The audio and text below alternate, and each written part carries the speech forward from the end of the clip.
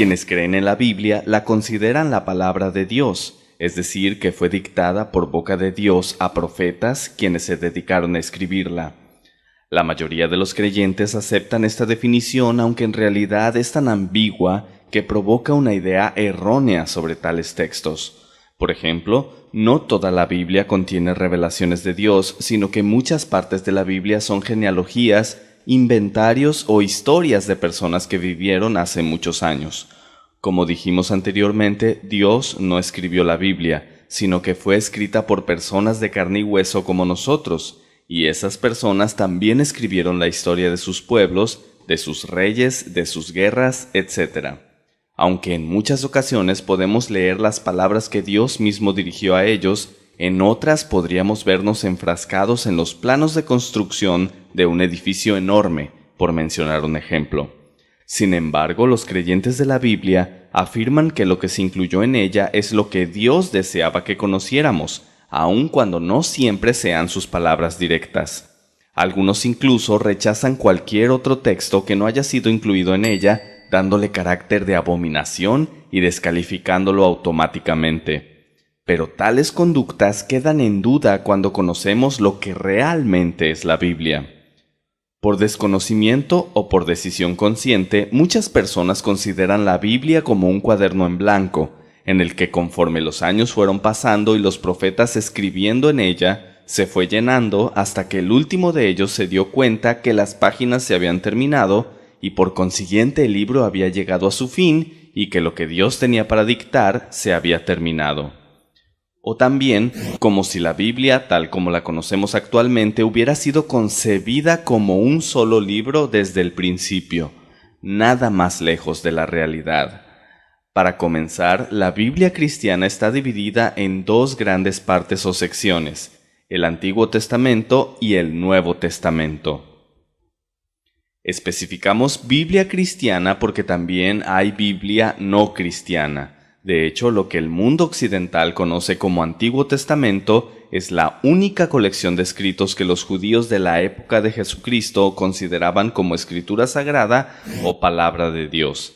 De manera que los judíos también leen y creen en estos textos y actualmente siguen incluidos en sus textos sagrados con la salvedad de que ellos no aceptan el término Antiguo Testamento porque para ellos no existe ningún otro testamento. Es por eso que el Nuevo Testamento no está incluido en ellos porque contiene la vida de Jesucristo, sus enseñanzas, así como la obra de sus apóstoles y las cartas que enviaron a los creyentes de la época, y esto se debe a que no creen en Jesucristo, por lo que su vida y obra no tienen ninguna relevancia para ellos. En contraste, para los cristianos, mayormente el mundo occidental, tanto el Nuevo como el Antiguo Testamento tienen la misma validez y son considerados igual de sagrados. En resumen, el Antiguo Testamento fue escrito durante el transcurso de muchas generaciones y autores, y el idioma en que mayormente fue escrito es el hebreo, mientras que el Nuevo Testamento es la obra de un grupo mucho más reducido de escritores que vivieron todos en una misma generación y casi todo se escribió en griego. El Nuevo Testamento da fe del nacimiento de una nueva religión, el cristianismo. En suma, los escritos que contiene la Biblia cristiana tardaron unos 1000 años en terminarse, aunque el periodo de tiempo que narran es mucho mayor, remontándose a la creación del mundo. Como hemos visto hasta ahora, la Biblia no es obra de un solo escritor, sino de muchos, además de que se trata sobre todo de una compilación o una colección de diferentes escritos de épocas diferentes compendiadas en un solo tomo, y no fue Dios quien hizo tal compendio. La palabra Biblia proviene del griego y significa libros, lo cual nos recuerda su origen diverso. Se dice que los hebreos comenzaron utilizando el término y posteriormente fue adoptado por los cristianos. Era una época en que realmente eran libros como su nombre lo indica, es decir, aún no estaban encuadernados en uno solo. Debemos tener en cuenta que al usar el término libros nos estamos refiriendo a las obras que cada escritor creó. Por ejemplo, los libros de Moisés son 5, los conocidos como Pentateuco, es decir, los 5 primeros libros del Antiguo Testamento. Aunque cabe aclarar que la autoría de tales libros no es más que una presunción, ya que no hay forma de comprobar que realmente fue él quien los escribió. Sin embargo, esta es una situación particular y otros textos son más fácilmente identificables. Entonces, los cristianos primitivos comenzaron a agrupar los escritos en uno solo por cuestión práctica o por comodidad. Pero muy pronto los cristianos de esa época comenzaron a darse cuenta de que había muchos libros de los que no estaban seguros si realmente eran escritos por quienes se suponía, quizá el autor se hizo pasar por otro, o si de verdad habían sido textos inspirados por Dios. Entonces, ¿cuáles textos son originales, verdaderos, realmente escritos por profetas o enviados de Dios? ¿Cuáles deben ser tomados como escrituras sagradas y cuáles no? A los libros que son aceptados por la autoridad se les denomina canon, que significa regla o medida, y de ahí en adelante sus palabras ya no son objeto de duda y se han de utilizar como base de sus creencias y doctrinas. Pero esto es un problema más viejo que el cristianismo. Por ejemplo, los judíos al principio solo aceptaban como canon los primeros 5 libros de la Biblia, a saber, Génesis, Éxodo, Levítico, Números y Deuteronomio. Esto se debe a que muchos profetas fueron sus contemporáneos y les costaba mucho aceptarlos como intermediarios divinos. De modo que los profetas que ahora todos aceptan sin discusión, durante su vida experimentaron el rechazo, el oprobio y hasta el martirio, porque sus escuchas dudaban de ellos. Conforme las generaciones pasaban, se iban aceptando a más personas como profetas y por consiguiente más libros, o rollos en esa época. Eran aceptados como sagrados y por consiguiente la colección fue creciendo cada vez más. Llegamos a la época posterior a Cristo y una vez más la incógnita de qué libros debían ser incluidos en el canon surgió. Al principio fue solo la tradición lo que hacía que la gente fuera reconociendo y aceptando los textos, pero la duda permaneció durante tantos años que aún en 1546, durante el Concilio de Trento en la sesión celebrada el 8 de abril de ese año, se discutió el tema. Fue hasta entonces en que la Iglesia Católica decidió qué libros serían admitidos como sagrados y qué no, por lo que las peticiones de los luteranos alemanes fueron denegadas y posteriormente, al separarse ellos de los católicos, adoptaron un canon diferente.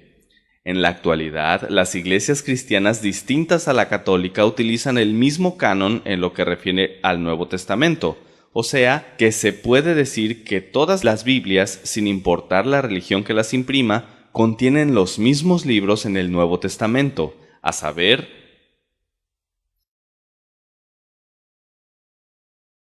en cambio, con el Antiguo Testamento surgen las discrepancias. Las iglesias que profesan la fe cristiana utilizan el siguiente canon para el Antiguo Testamento, mientras que la Iglesia Católica, como se mencionó antes, difirió de ellas. Incluye los siguientes libros extra. Sin embargo, todas las religiones consideran la lectura de esos libros extra como provechosa, aunque no inspirada por Dios. Los libros que quedaron fuera del canon de la Biblia los conocemos como apócrifos. Aunque hoy en día el término apócrifo significa falso, no aplica para los libros en cuestión. En realidad, apócrifo significa oculto y se refiere a los libros que no entraron dentro de ningún canon. Como dijimos anteriormente, todas las religiones cristianas están de acuerdo en que la lectura de los libros apócrifos es provechosa. En últimas fechas, algunas corrientes se dedican a relanzar año con año, en fechas clave, documentales sobre ciertos libros que no concuerdan con la idea que el mundo cristiano tiene sobre Jesús o la iglesia cristiana primitiva. Al respecto, se debe considerar un concepto conocido como evangelios pseudoepígrafes. La palabra pseudo significa falso y epígrafe, afirmación. Algunos de los libros que no están incluidos dentro del canon de la Biblia son proclamados por los cristianos como pseudoepígrafes, por lo que significa que alguien firmó tales documentos haciéndose pasar por alguna autoridad de la iglesia primitiva, o bien alguien se lo atribuyó equivocadamente a alguno de ellos.